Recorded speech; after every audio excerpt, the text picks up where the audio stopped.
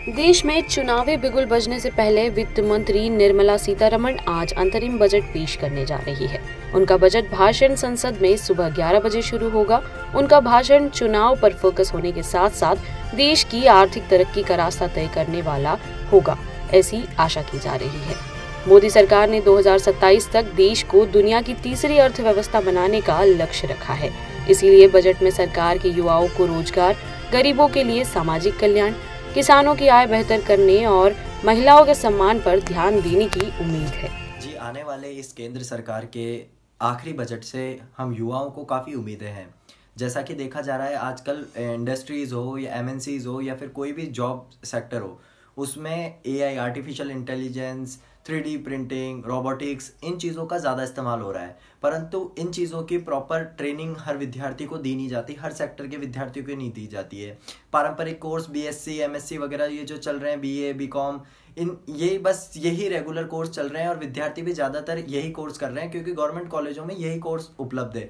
ग्रामीण क्षेत्र के विद्यार्थियों के पास अभी तक भी artificial intelligence, robotics, 3D printing ये चीज़ें होती क्या है, इनका नॉलेज अभी तक उन्हें मिला भी नहीं है। तो मेरी केंद्र सरकार से यही आशा है करता हूँ कि नए बजट में वो इन कोर्सेज को स्किल डेवलपमेंट के साथ जोड़कर इन कोर्सेज की ट्रेनिंग ग्रामीण क्षेत्र के विद्यार्थियों तक पहुंचाएं और उन्हें इन चीज़ों से जोड़ें ताकि हमारा देश आगे उन्नति कर सके।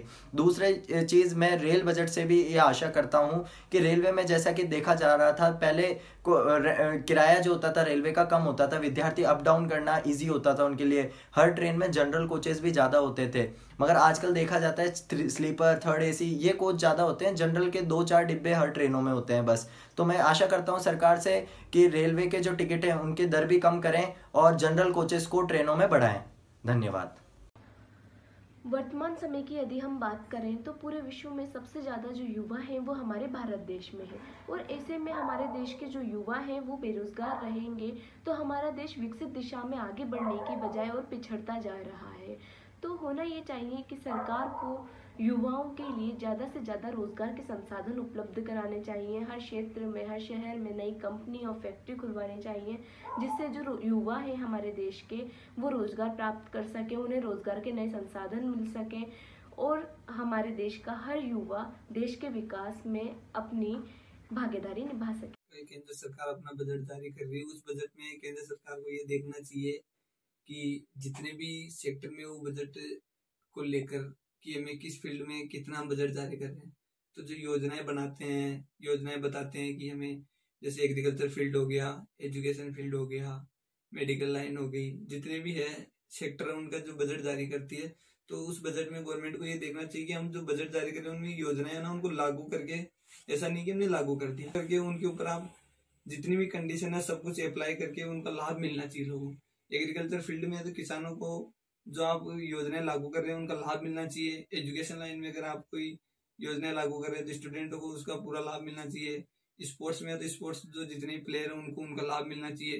कुल मिला के बात यह है कि जो चीजें आप लागू कर रहे हैं, जो योजनाएं आप बना रहे हैं, उनका हर सेक्टर में जो लोग हैं उनको प्रॉपर रूप से, ऐसा नहीं होना चाहिए कि हमने योजनाएं लागू कर दी और उनको कोई फायदा नहीं हो रहा। गुमराह न करके उनको इन योजनाओं का पूरा लाभ मिलना चाहिए।